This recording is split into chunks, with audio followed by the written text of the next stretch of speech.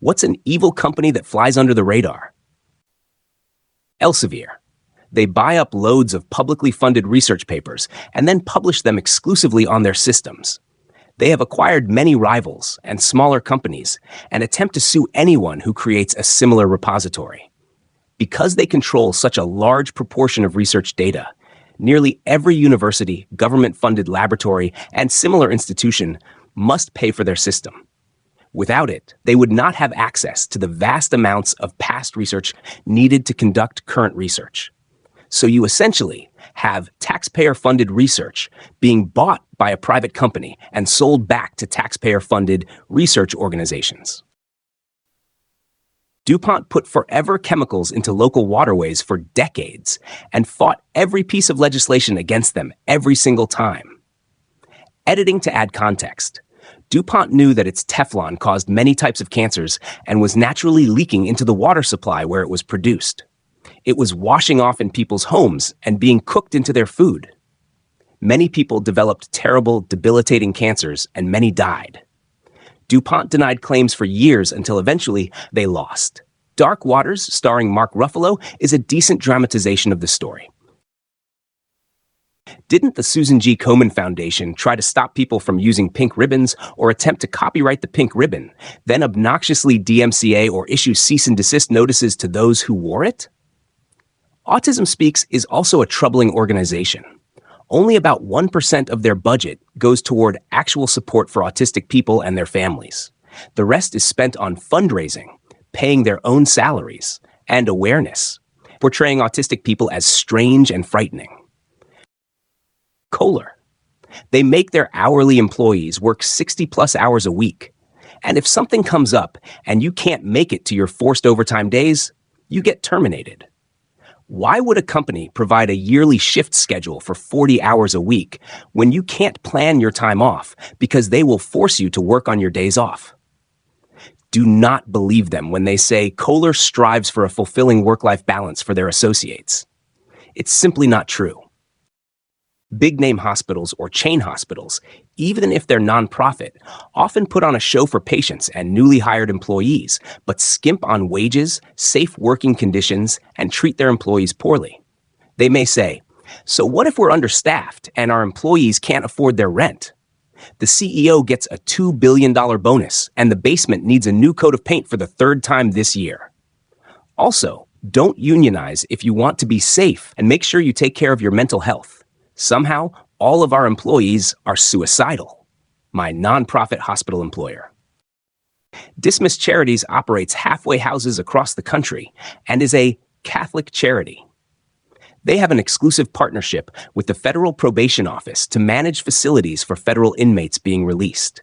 They were sued around 2008, revealing that their director was making hundreds of thousands per year. This charity requires probationers' residents to work and pay up to 20% of their gross income to the facility. Meanwhile, the federal government pays them per resident. They receive donations from Catholic churches, and they are tax exempt. In a given facility, front office staff make relatively little, while back office counselors earn $60 to $80K or more. The back office staff are rarely present on weekends, while the front office must be staffed 24/7. DynCorp. Initially involved in the Phoenix program during the Vietnam War, where they transported heroin, the company later provided pilots for cartels in the 1980s. They were also implicated in human trafficking during the Bosnia-Serbia War. Some of their pilots were reportedly hired by Les Wexner, founder-owner of Victoria's Secret, to fly directly from Asia, China, to his large private property in Ohio. Wexner is known for funding Jeffrey Epstein. Evil is a strong word, but many supplement manufacturers sell products that are not proven safe and are more likely to be contaminated with heavy metals and unlisted ingredients. It's often a coin flip whether the supplements even contain the active ingredient they claim to. Despite this, Big Pharma is often labeled as the evil one. The supplement aisle in a grocery store or pharmacy can be the most dangerous. I notice a lot of charities being mentioned. Here's the deal. They may not necessarily be evil, but there are distinct problems with nonprofit status. My wife works for a nonprofit, and as a manager handling budgets, she's observed a significant lack of accountability regarding money spending. Since nonprofits don't have shareholders or profit motives, there's often little concern for financial efficiency. She works with adults and kids with developmental disabilities and aims to use the budget to enrich their lives. However, staff often spend frivolously. For example, one staff member spent $1,000 on pizza for a party of about 20 people, ordering around 30 large pizzas while only consuming the equivalent of 5. Staff have credit cards for event purchases but frequently fail to use their tax-exempt status, and there are instances of minor fraud, like charging personal lunches to company cards. One longtime employee, who has been with the organization for 20 years, keeps donated gift cards with leftover balances for personal use.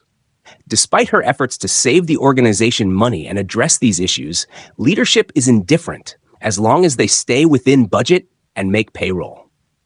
This lack of concern for financial mismanagement frustrates my wife, who feels disheartened that her efforts to do her job well and address these problems are ignored.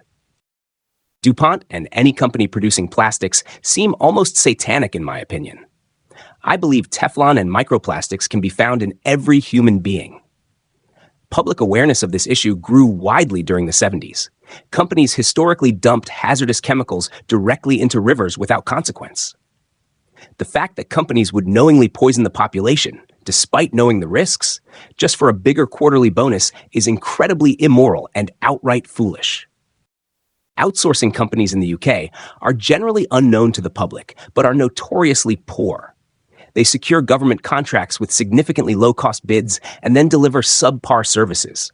By the time any action can be taken, the contract is over and they move on to another provider. Companies like Capita, G4S, Serco, Meaty, Capgemini, and Civica exemplify how the free market does not guarantee improved services at lower costs. They are essentially multi-million-pound profiteers with connections in high places, rotating personnel between their payroll and government positions.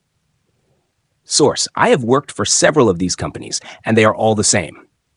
Backcountry outdoors enthusiasts often shop there, but their legal team has sued any company with backcountry in the name, negatively impacting many small businesses, including my favorite local sandwich shop. So, yeah, screw an apparel and gear company that sued my sandwich shop over a shared word, and screw their trigger-happy lawyers. AbbVie. Far and away the most evil of the big pharma companies. Forget Pfizer, Lilly, and others. AbbVie takes the lead. For years, they maintained a stranglehold on Humira, the most effective treatment for rheumatoid arthritis.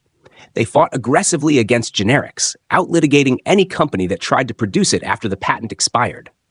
When litigation failed, they paid off generic manufacturers to prevent them from producing a generic for several years, while price gouging insurance and Medicare to the tune of $200 billion.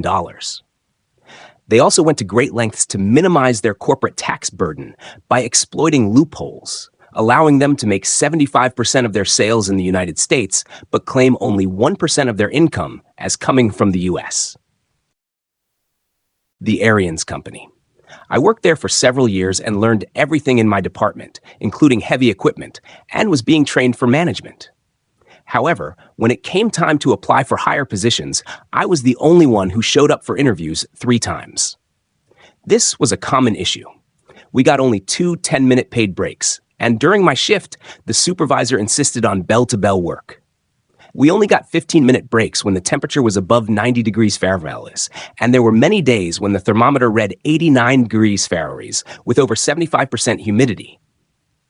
Smoking or vaping on the property was prohibited under threat of firing, but supervisors would often smoke on their way between plants.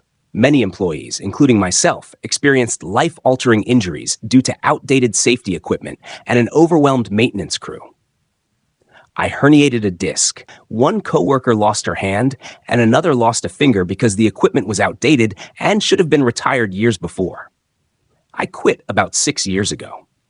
They also built a hill by Lambeau Field, and I don't remember receiving our annual bonus that year. Correlation and causation I know, but screw that company. I have more to share, but I don't want to risk getting Boeinged, fired, or retaliated against.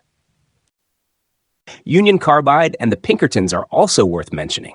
Union Carbide knowingly built and negligently ran a dangerous plant near a large population center in Bhopal, India. The disaster killed tens of thousands and poisoned hundreds of thousands more. They settled for a pittance and were later bought out by Dow. The Pinkertons were notorious for using violence to suppress labor rights movements and attack workers across the U.S. for decades. They were eventually acquired by the Swedish company Securitas and continue to operate. Ironically, they even tried to demand money from Take-Two Interactive because Red Dead Redemption used the word Pinkerton. Pinkerton remains a live trademark. Meta, Facebook, Instagram, and WhatsApp. Owned by one man with a fascination for Roman emperors. He tweaks the algorithm for his own political beliefs. Huge numbers of people use these apps solely for their internet use in third world countries. He's more powerful than a president. He's a Zionist, but his enemies are forced to use his platform. He's also a perv who can access our Facebook photos anytime. Chick-fil-A. They fund lobbyists to push political agendas. In my opinion, they support hate groups, if only indirectly. Chicken peddlers shouldn't try to influence legislation against one group of people in favor of another group of people. I haven't seen Wesley and Josley Batista brothers mentioned yet.